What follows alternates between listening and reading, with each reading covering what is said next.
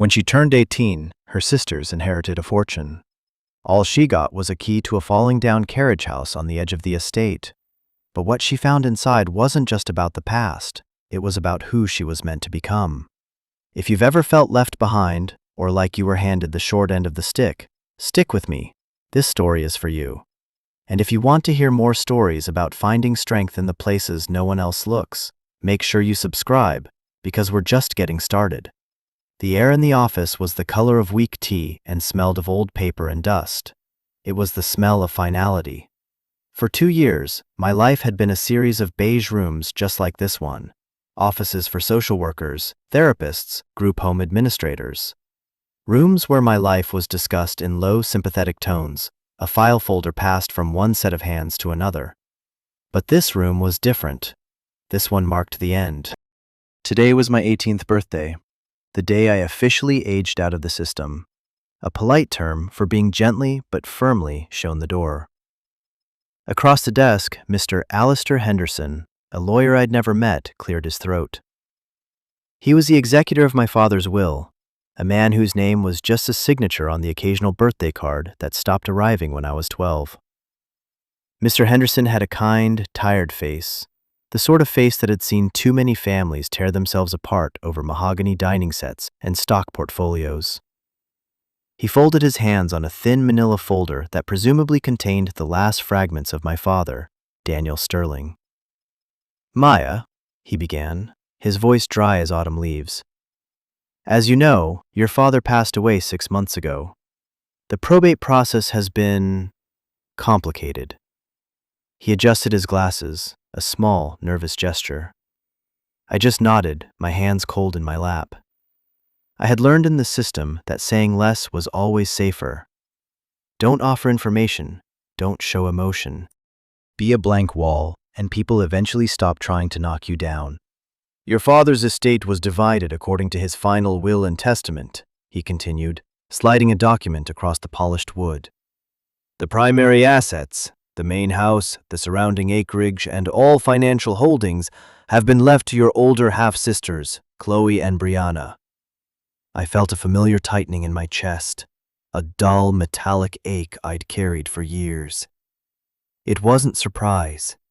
It was confirmation.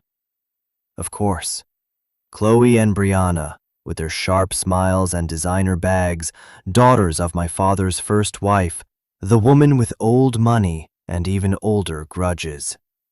They had always treated me like a stray cat my father had foolishly let in the door, a temporary nuisance to be tolerated until it could be discarded. It seemed that even in death, my father agreed. I stared at the paper, not reading the dense legal text. I was just a name in a subordinate clause, an afterthought.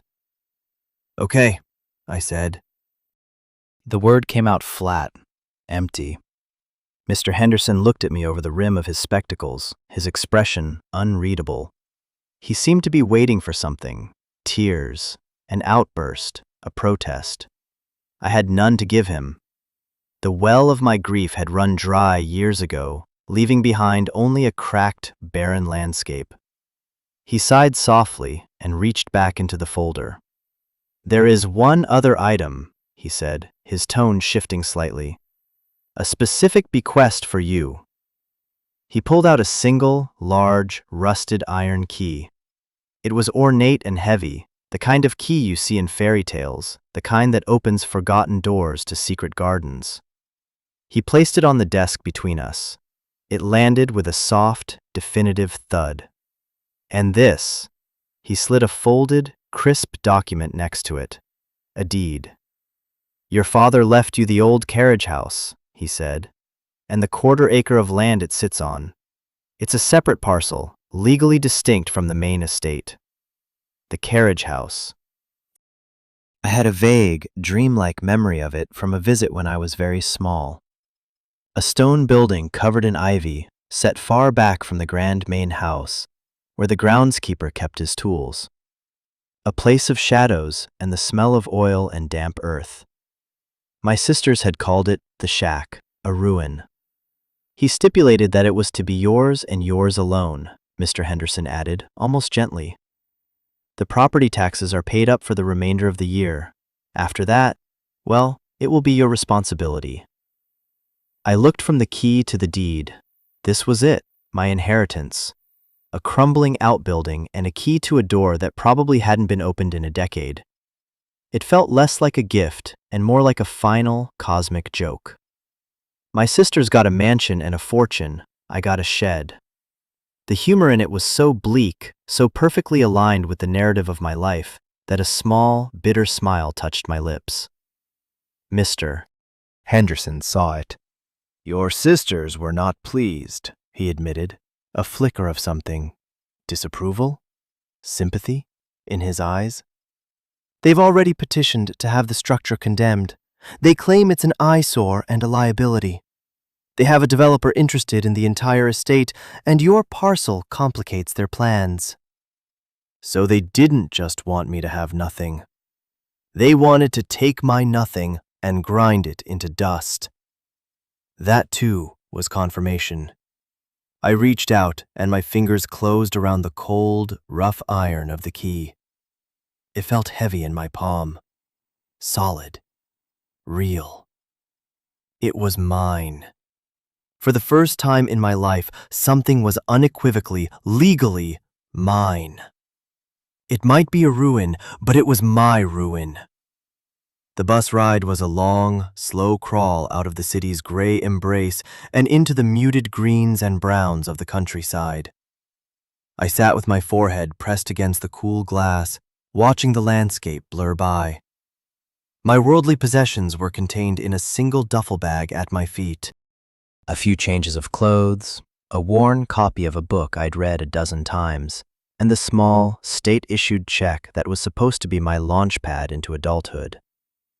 It wasn't enough to cover first and last month's rent on a decent apartment, let alone a life.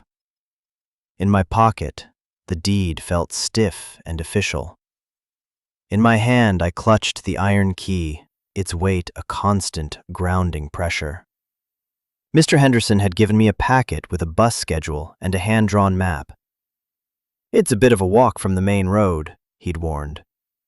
The driveway to the main house is private now. You'll have to use the old service path. Another small, deliberate exclusion. Chloe and Brianna had likely made sure of it. I thought about my father, or the ghost of him that lived in my memory. He was a tall man, quiet, with hands that were always calloused and smelled of pine sap and varnish.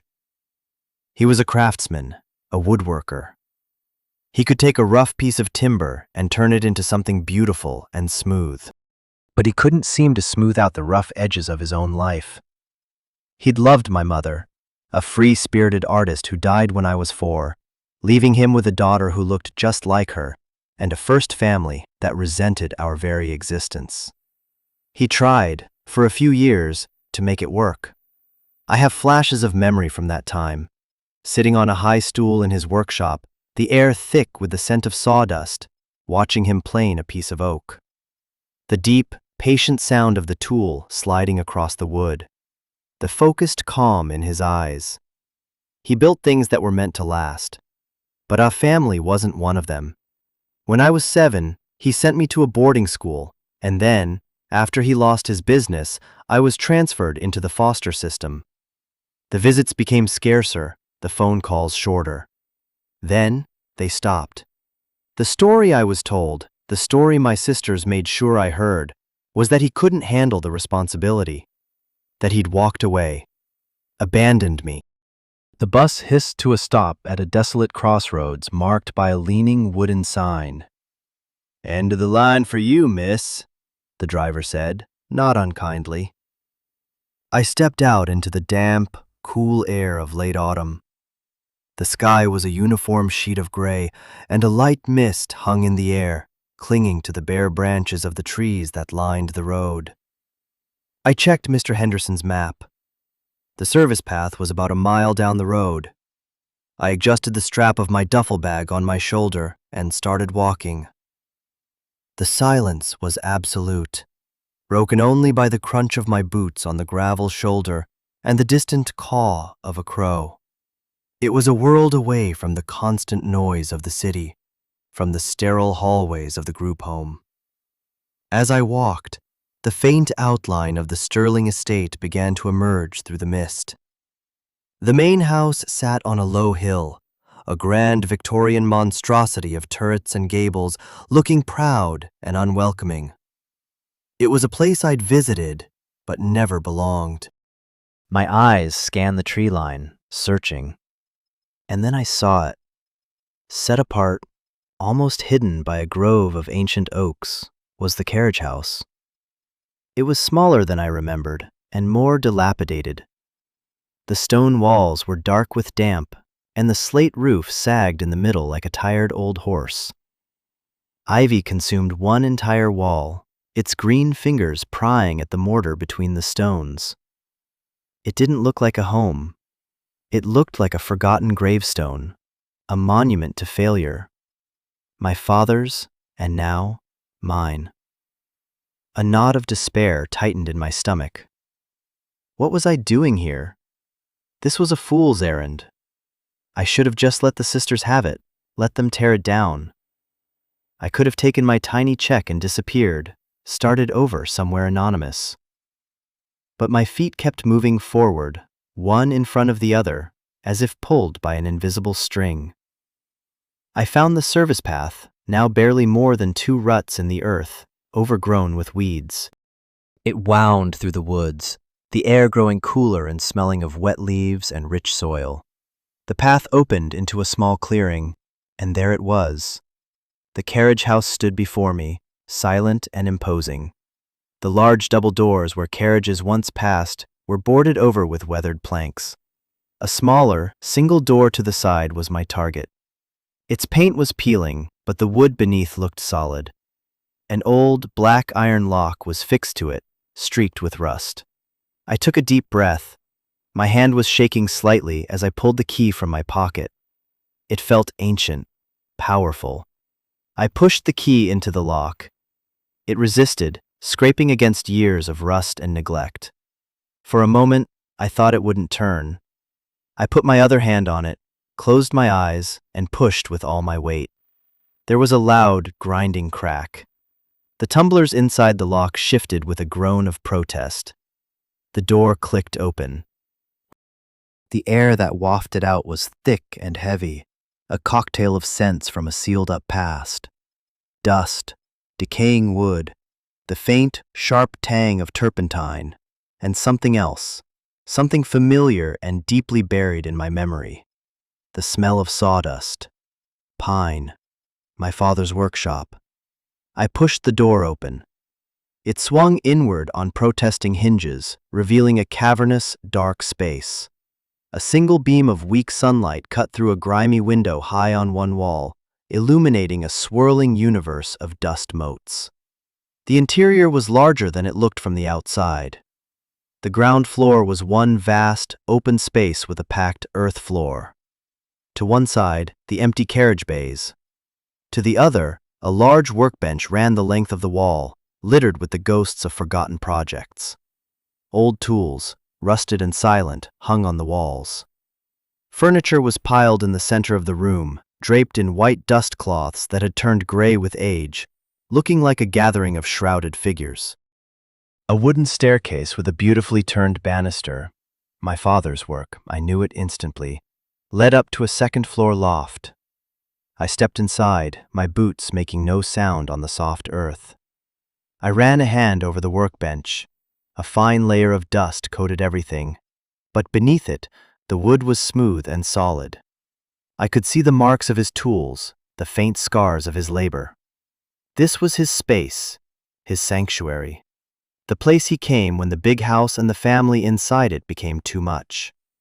I felt like an intruder, a trespasser in his private grief. But the deed in my pocket said otherwise. This place was mine now. I walked the perimeter of the room, my fingers trailing along the cold stone walls. It was a fortress, built to last. Unlike my father, unlike our family. I felt a wave of anger, hot and sudden. Why this? Why leave me a broken-down garage filled with junk? Was this his idea of a legacy? A final, cruel metaphor for the life he'd given me? I kicked at an old wooden crate, sending it skittering across the floor with a hollow bang. The sound echoed in the vast, empty space.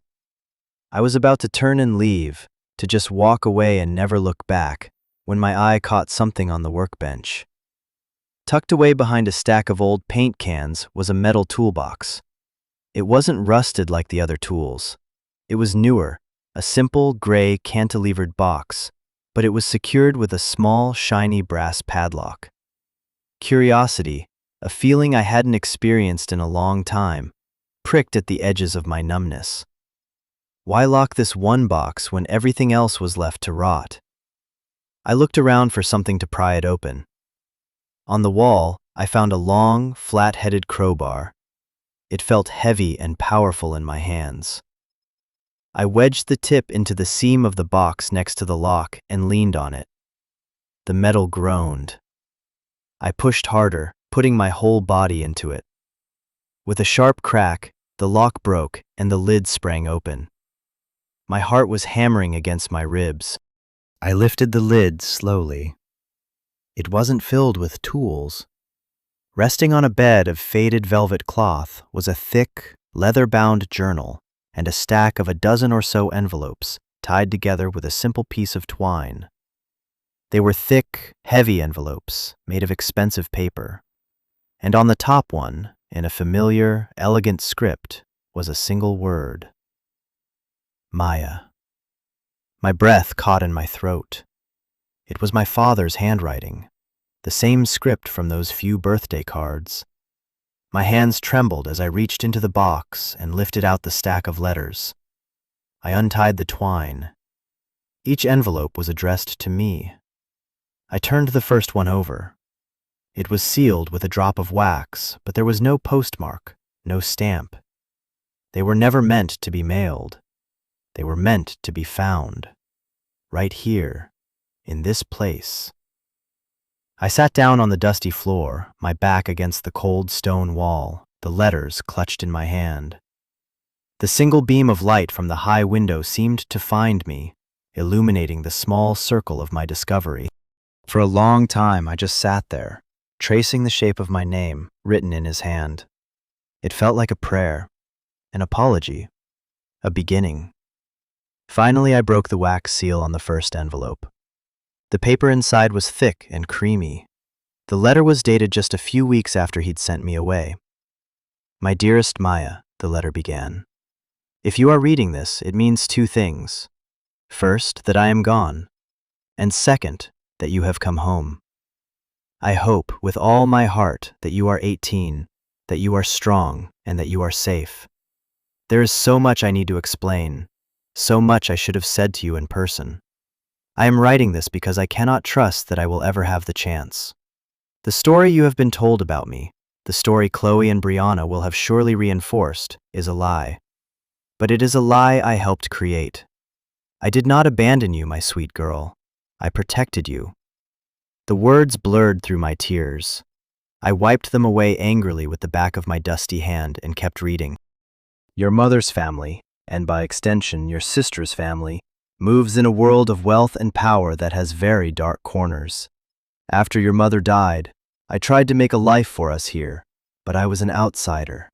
I made a bad business deal, trusting the wrong people connected to your stepfamily. I fell into debt, a debt they used as a leash. They didn't just want my business, they wanted me gone, and they wanted to control the estate, your mother's legacy. When I tried to fight back, they made threats. Not against me, against you. You were my only vulnerability, the only thing in the world I truly loved. They knew it. So I made a choice. I disappeared from your life to keep you off their radar. I put you in the system where you would be anonymous, a name in a file, far away from their influence. It was the hardest thing I have ever done. It broke my heart every single day. I had to stop reading. A sob, thick and ragged, tore its way out of my chest. The sound was alien in the silence of the carriage house. It wasn't a lie. It was a sacrifice. The narrative of my entire life, The one built on the cold foundation of abandonment, cracked and shattered in an instant. He hadn't thrown me away. He had hidden me. For years, I had nurtured a cold, hard knot of resentment for him. I had practiced indifference like a shield. Now that shield was gone, and all the grief I had refused to feel for a decade came rushing in. I cried for the little girl who thought her father didn't want her. I cried for the man who had to give up his daughter to save her. I cried for the lost years, the stolen memories, the gaping hole in my life that I now understood was not an absence of love, but the shape of its protection.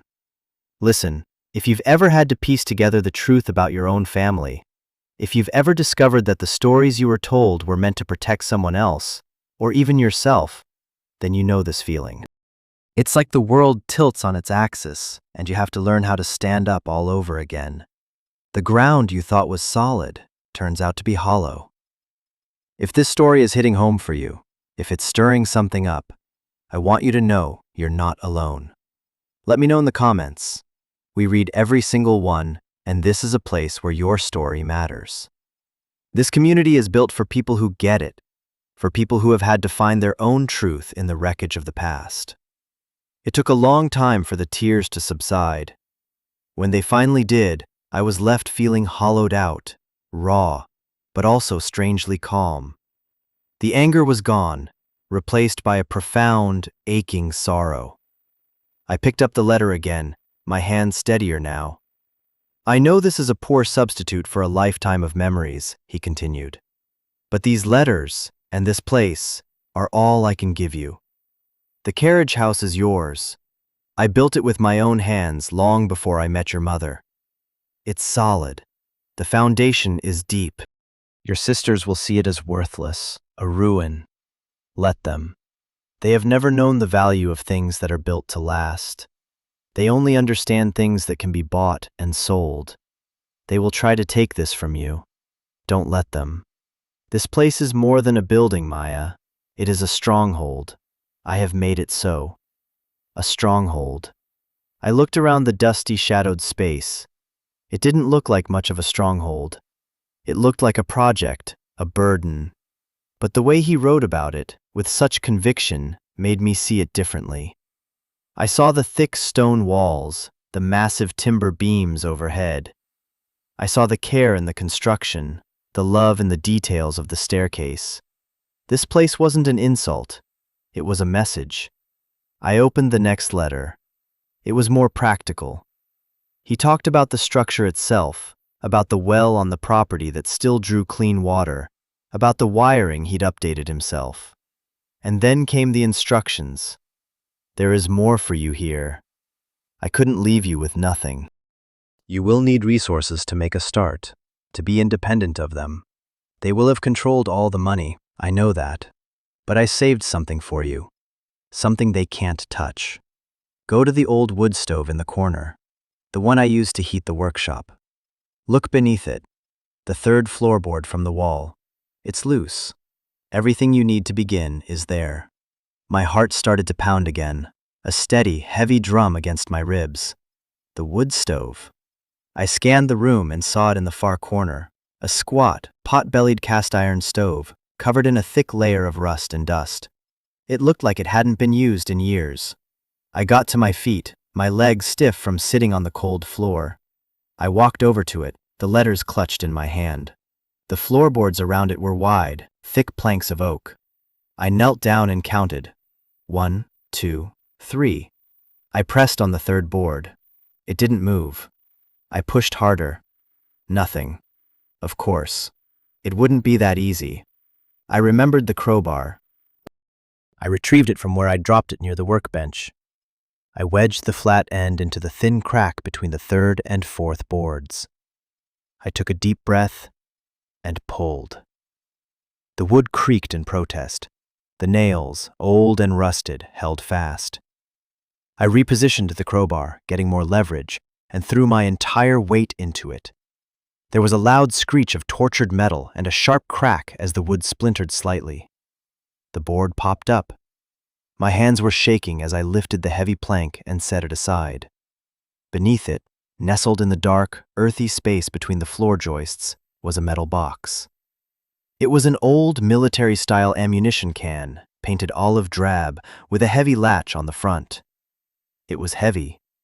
I hooked my fingers under the handle and lifted it out. It took all my strength to drag it into the beam of light. I knelt before it, my mind racing. What could be inside? I fumbled with the latch. It was stiff, but it opened with a satisfying clank. I lifted the lid. I think I was expecting more letters, or maybe some sentimental object, a photograph, something of my mother's. I was not expecting what I saw. The box was filled with cash, stacks and stacks of it, neatly bundled in paper bands. 50s and hundreds. It wasn't a king's ransom, not the kind of fortune my sisters had inherited. But it was more money than I had ever seen in my life. It was survival. It was a future. It was freedom. Tucked on top of the money was one more letter, a single folded sheet. Maya, it read. This is for you. It's clean. It's all I managed to save from the sale of my workshop, the last thing of mine they couldn't get their hands on. It should be enough to fix the roof, to pay the taxes for a few years, to give you a real start. It gives you a choice. You can take this money and disappear. Go build a life for yourself somewhere new, somewhere they can never find you. I would not blame you if you did. It is the safer path. Or you can stay. You can use this money to make this place your own, to fight for it. The choice is yours, and yours alone. But know this, a development company called Northwood Ventures has been trying to buy this entire parcel for years. They are aggressive, and they are connected to the same people I ran from. Your sisters are likely in debt to them. They will put immense pressure on you to sell. They will see you as a weak, scared girl they can easily intimidate. Do not let them be right. I sat back on my heels, the letter trembling in my hand. The weight of the choice settled over me, heavier than the toolbox, heavier than the iron key. Run or fight. Disappear or dig in. For 18 years, my life had been a series of choices made for me by other people. Social workers, foster parents, lawyers. My path had been dictated by paperwork and policies. Now, for the first time, I was standing at a genuine crossroads, and the direction was entirely up to me. I looked at the money, the tangible promise of a new beginning, an easy escape. I could be on a bus to anywhere by morning, a ghost in my own story. Then I looked around the carriage house, at the sturdy stone walls, at the graceful curve of the staircase my father had built, at the workbench where he had turned raw wood into things of beauty. This place wasn't just a building. It was the last piece of him. It was a testament to his love, a silent apology, and a challenge. To run would be to prove my sisters right. That I was the weak, scared girl they always said I was. That I, like my father, would just walk away. But he hadn't walked away. He had made a stand, in his own quiet way. He had left me this fortress and the means to defend it. My choice was made before the question had even fully formed in my mind. I was not going to run. I was going to stay. I was going to fight. The decision settled in my bones, a surprising and unfamiliar feeling of purpose. For the first time, I wasn't just reacting to my circumstances. I was shaping them. I carefully packed the money and the letters back into the ammo can and hid it back under the floorboard, replacing the loose plank as best I could. I would be careful. I would be smart. I took out a few $100s and tucked it into my pocket. First things first, I needed supplies. I needed to make this place habitable. I walked the 2 miles into the small town that bordered the estate. It was a quaint, sleepy place with a single main street, a grocery store, a diner, and a hardware store that looked like it had been there for 100 years. The bell above the door of Miller's Hardware jingled as I entered. The air inside smelled of metal, fertilizer, and fresh-cut wood. An older man with a kind, weathered face and a thick white mustache looked up from behind the counter. "Help you, miss?" he asked. "I need some things," I said, my voice feeling rusty. Cleaning supplies, heavy-duty trash bags, work gloves, a good lantern. He nodded slowly, his eyes taking in my worn clothes and the determined set of my jaw. "You new around here?" "Sort of," I said, not wanting to explain. "I'm staying out at the old Sterling place, the Carriage house." His eyebrows shot up in surprise. "The Carriage house? Haven't seen anyone go in or out of there in 15 years. Thought it was ready to fall down." "It needs some work," I admitted. "Your father was Daniel, wasn't he?" the man said, his voice softening. "I remember him. He was a master craftsman, a real artist with wood. Used to come in here all the time. Quiet man. Kept to himself mostly. Sad what happened." I felt a lump form in my throat. This man, a stranger, spoke of my father with a simple, uncomplicated respect. It was a gift. "I'm Gus Miller," he said, extending a calloused hand. "Anything you need for that place, you come see me." Daniel was a good customer and a good man. I left the store with my arms full of supplies and my heart a little lighter. Gus's small kindness was a crack of light in the gray loneliness of my world. It was a hint that maybe, just maybe, I could build a life here. Back at the Carriage house, I set to work. The first few days were a blur of grueling physical labor. I filled dozens of trash bags with old, rotting debris. I tore down the boards from the main carriage doors, flooding the space with natural light. I swept away years of dust and grime, revealing the beautiful, wide plank floors of the loft and the intricate stonework of the walls. I scrubbed every surface, the smell of bleach and lemon cleaner slowly overpowering the scent of decay.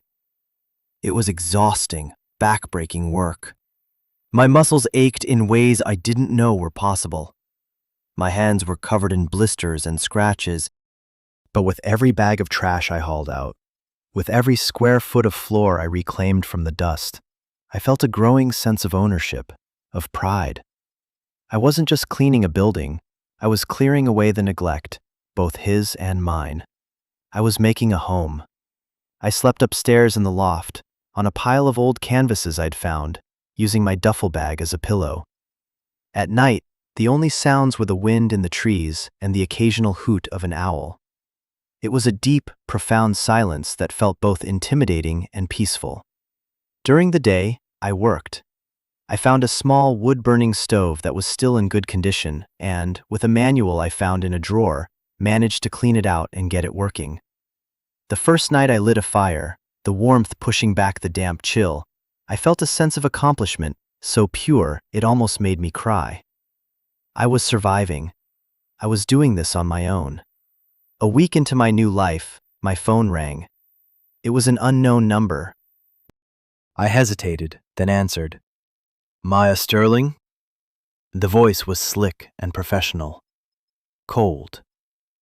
"Yes?" "This is Mark Branson, calling on behalf of Northwood Ventures. I believe you've inherited a small property adjacent to the Sterling estate." My blood ran cold. It was them. The developers my father had warned me about. "Yes," I said, my voice tight. "Excellent. We are prepared to make you a very generous offer for the parcel. Far more than it's worth, frankly. It's a dilapidated structure, a teardown. We can have it checked to you by the end of the week. It would be a simple way for you to walk away with a significant nest egg." The offer was tempting. He named a number that made my head spin. It was more than the cash in the box. It was life-changing money. It was the easy path my father had described. "I'm not interested in selling," I said, my voice firmer than I felt. There was a pause on the other end of the line. The friendly tone vanished. "Miss Sterling," he said, his voice now laced with impatience, "let me be clear. Your sisters are very motivated to sell the main estate. Your small parcel is a legal nuisance preventing a very lucrative deal for everyone. It would be in your best interest to cooperate. It's not for sale, I repeated, and hung up the phone before he could reply. My hand was shaking. The fight had come to me. That evening, I got another call. This time, it was Mr. Henderson. His voice was grave. "Maya, I've just received a filing from your sister's attorney," he said. "They're petitioning the court to have you declared an unstable dependent and to have me removed as executor, claiming I'm not acting in the estate's best interest by allowing you to squat on the property. They're trying to force a sale." The legal machine was grinding into motion. They weren't just going to pressure me. They were going to try to crush me. The scared, helpless feeling I'd lived with for so long began to creep back in. But then I looked around at the clean, firelit space I had created. I thought of Gus Miller's kind words. I thought of my father's letters. He had trusted me to be strong. I would not let him down. "What do we do?" I asked Mr. Henderson, my voice clear and steady. "We fight back," he said. The days that followed were a strange mix of hard physical labor and anxious waiting. I spent my daylight hours working on the house. I found that the more I invested my own sweat and effort into the place, the more it felt like mine and the more fiercely protective I became. I uncovered more of my father's secrets as I worked. In the loft, behind a loose stone in the wall near the chimney, I found a small, hidden compartment.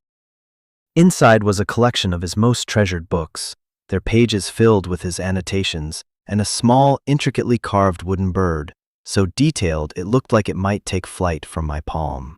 It was a gift he must have made for me, a gift he never had the chance to give. Holding it, I felt a connection to him that was so powerful, so real, it was like he was in the room with me. This house wasn't just a structure of stone and wood, it was a library of his love, and I was just beginning to learn how to read it. One rainy afternoon, driven inside by the weather, I decided to tackle the last remaining pile of junk in the corner of the workshop. It was mostly old lumber and scraps, but at the bottom, I found a heavy, locked wooden chest. It was old, bound in iron straps, and looked like something a pirate would own. There was no key. Remembering my success with the toolbox, I got the crowbar. It took a long time to pry the lid open, the old wood groaning and splintering. When I finally lifted it, the contents were not what I expected. It was filled with files, ledgers, bank statements, correspondence. It looked like my father's old business records. I started to sift through them, my heart sinking. Was this just more of his failure, the proof of the bad deals he'd made? But as I dug deeper, I realized it was something else entirely. These weren't just his records. They were records of his dealings with my sister's family and with their associates. And tucked into a waterproof oilskin pouch at the very bottom was the final piece of the puzzle. Another letter for me and a thick stack of documents. "My Maya," the last letter began. "If you have found this, then you have chosen to stay and fight. I am proud of you. I knew the strength in you, even when you were just a little girl. What you hold in your hands is your armor.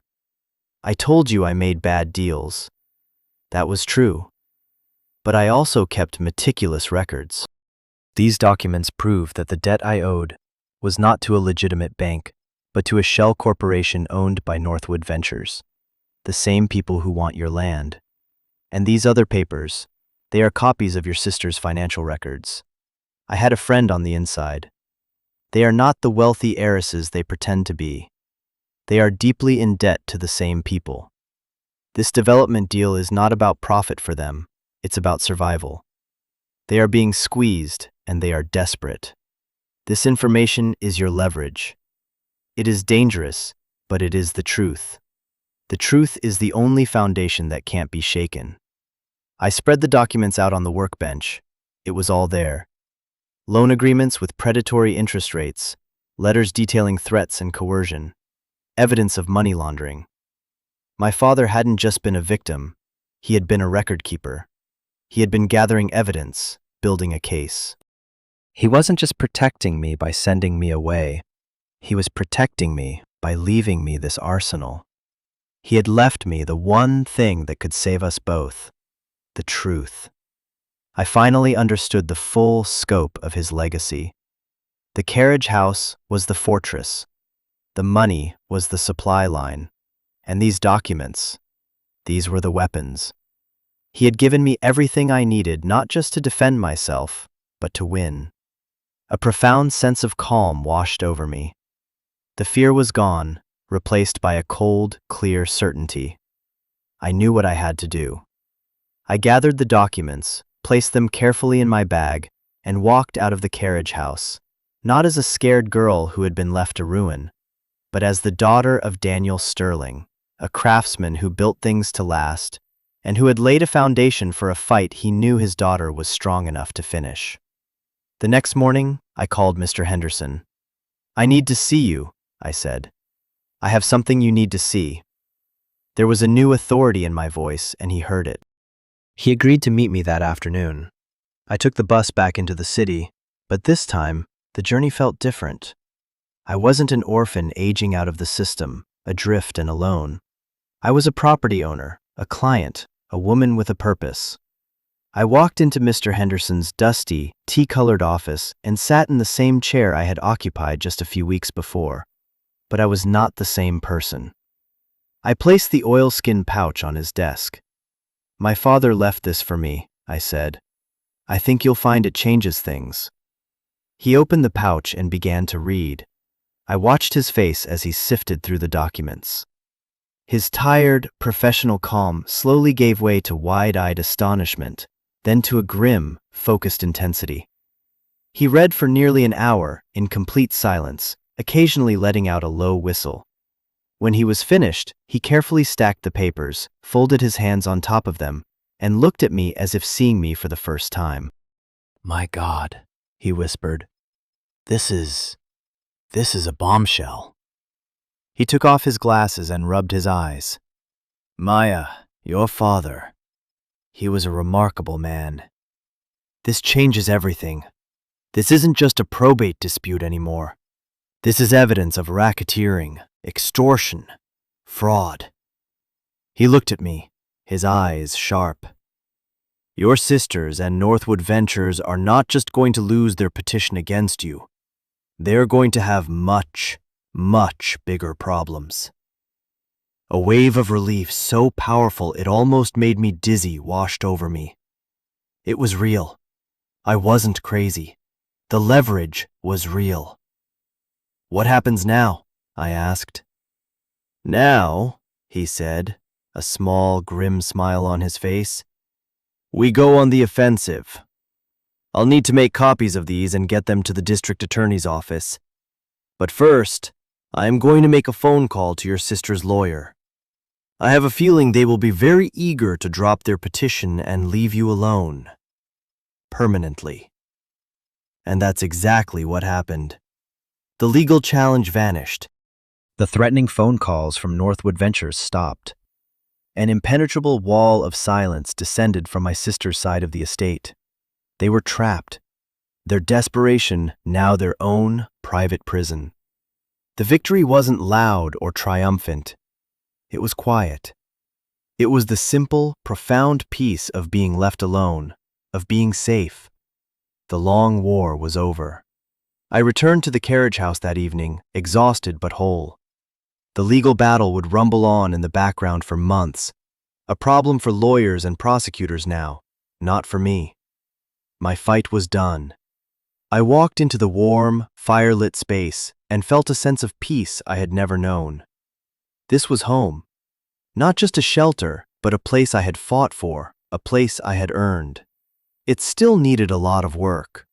The roof needed replacing, the plumbing needed to be reconnected, the walls needed to be painted. It was a project that would take years. But I had time. I had resources. And for the first time in my life, I had a foundation. In the weeks and months that followed, I settled into a new rhythm. I hired a local contractor, a friend of Gus Miller's, to help with the heavy structural work, using my father's seed money to pay for the materials. I learned how to plaster walls, how to glaze windows, how to sand and finish floors. My hands, once soft and pale, became calloused and capable. I was building, just like my father. I was taking something broken and making it whole again. I was taking a ruin and turning it into a home. The carriage house slowly transformed. Light and warmth filled the spaces that had once been dark and cold.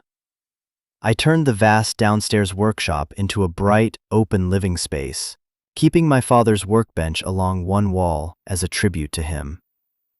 The loft became my bedroom, a cozy sanctuary under the eaves of the newly repaired roof. I planted a small garden in the spring, turning the soil and coaxing green shoots from the dark earth. I was putting down roots, literally and figuratively. I was no longer an afterthought in someone else's story. I was the author of my own. This story, my story, isn't really about a house or an inheritance. It's about what we build from the pieces we're given. It's about understanding that sometimes the things that look like abandonment are actually acts of desperate love. My father left me a key to a falling down building, but what he really gave me was a key to myself. He gave me a chance to discover the strength I never knew I had, to fight for something that mattered, and to build a life on my own terms. He gave me a foundation, not of concrete, but of truth and love. And that is an inheritance more valuable than any fortune. If you've ever had to rebuild your life from the ground up, if you've ever had to find your own home in a world that made you feel homeless, I want you to know that you are not alone. Your strength is real. Your story matters. If you feel comfortable, share a piece of your story in the comments below. Let's make this a space where we honor the foundations we've built for ourselves, no matter what materials we had to start with. And if you want to be a part of this community, a place for stories about second chances and finding our way home, hit that subscribe button.